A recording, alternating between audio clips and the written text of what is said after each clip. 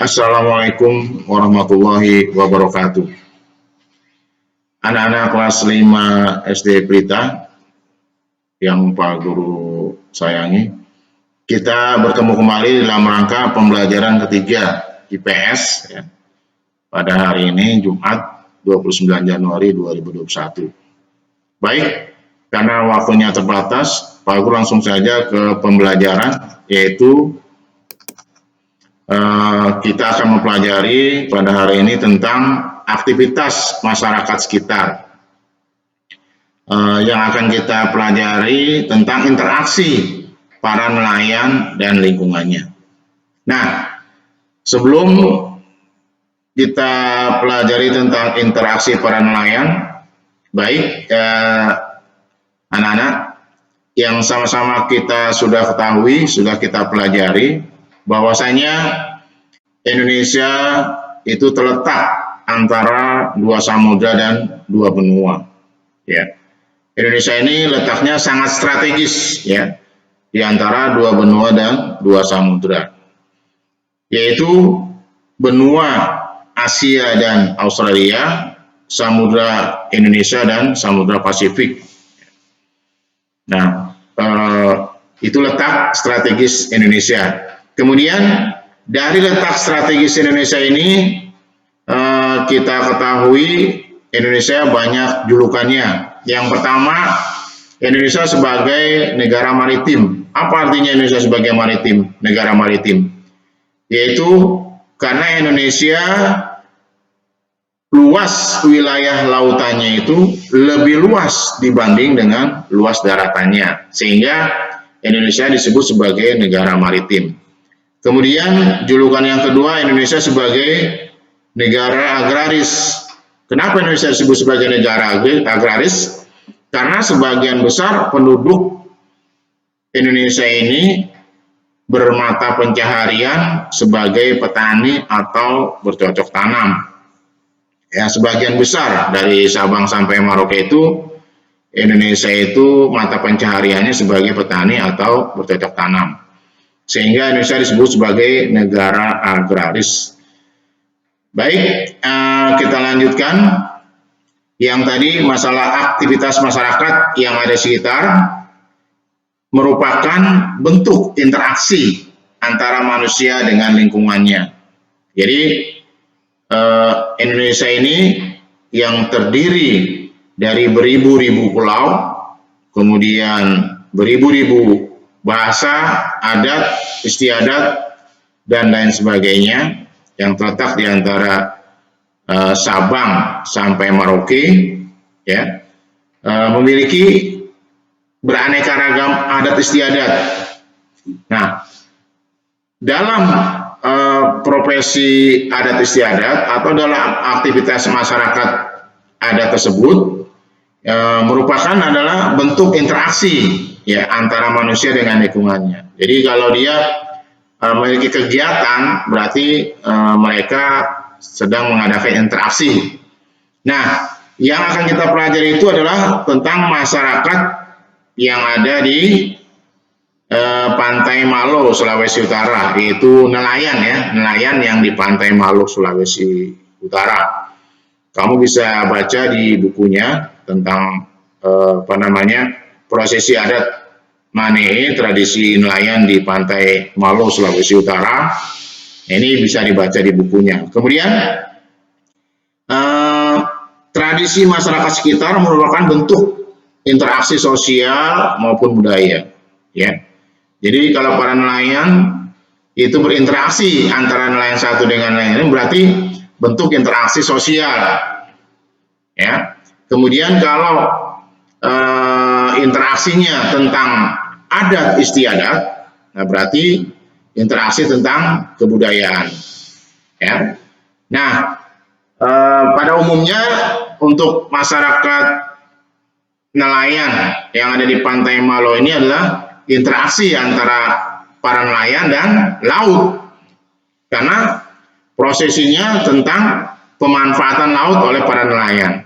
Ya, apa tuh adat istiadat kerjasama dalam tradisi nelayan ini? Ya, bisa dibaca di bukunya, yaitu ada tentang berbagi hasil, ya kan, tentang persatuan, tentang kerjasama, ya, yang disebut dengan MANE ini, tentang pemanfaatan benda-benda mati, termasuk itu pemanfaatan daun kelapa muda, itu dimanfaatkan untuk menangkap ikan, ya, itu tradisi di sana, ya.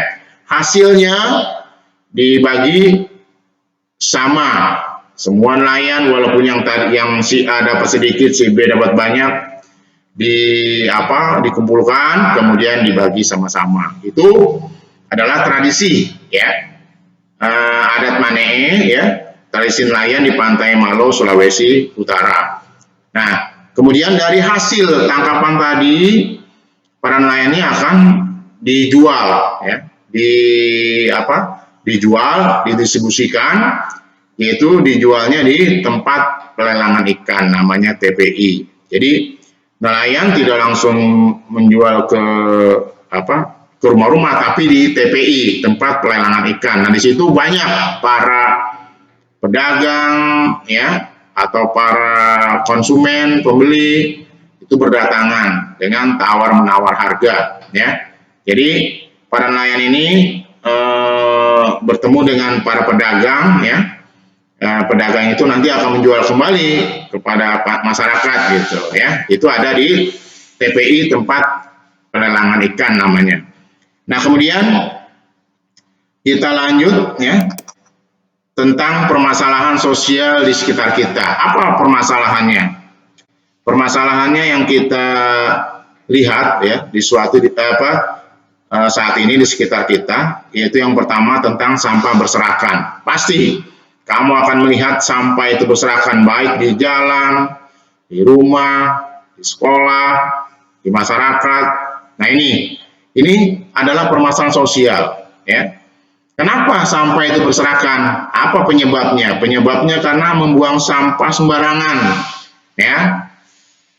Kemudian permasalahan sosial lainnya, kali, sungai kotor.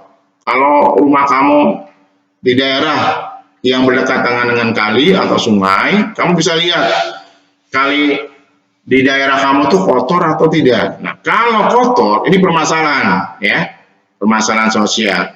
Itu penyebabnya apa? Nah, karena masyarakat situ membuang sampah ke sungai, ya, mandi di sungai, ya kan, kemudian BAB di sungai, ya, jadi sungai menjadi kotor.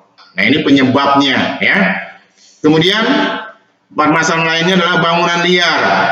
Ya, kenapa ada bangunan liar? Nah, karena masyarakat yang ada di sekitar itu tidak memiliki tempat tinggal, ya, tidak memiliki tempat tinggal yang sah atau resmi, sehingga masyarakat tersebut membangun bangunan di sekitar bantaran kali. Ada bangunan-bangunan liar, artinya tanpa izin. Nah, ini permasalahan sosial, ya. Kemudian yang berikutnya adanya kemacetan lalu lintas, ya. Nah, ini penyebabnya karena yang berkendara tidak disiplin, parkir kendaraan sembarangan, berhenti sembarangan, terus menyeberang tidak menggunakan tempat penyeberangan, ya. Itu kemacetan lalu lintas. Pencemaran lingkungan, nah ini sama, pencemaran lingkungan karena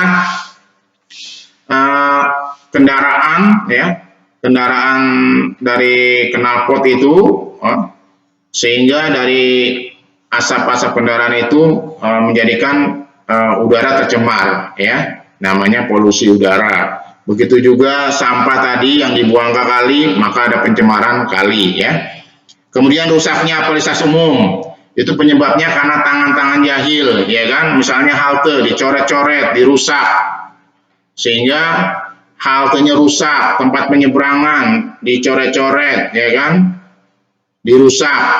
Nah, inilah namanya fasilitas umum karena dirusak oleh tangan manusia. Nah, ini adalah permasalahan sosial, penyebabnya dari kita sendiri. Bagaimana cara mengatasinya? Ya, kita sebagai seorang yang terpelajar, maka kita lah harus memperbaiki diri kita sendiri. Baik anak-anak, untuk selanjutnya karena waktunya terbatas, Ini tugas latihan, kamu kerjakan di buku latihan.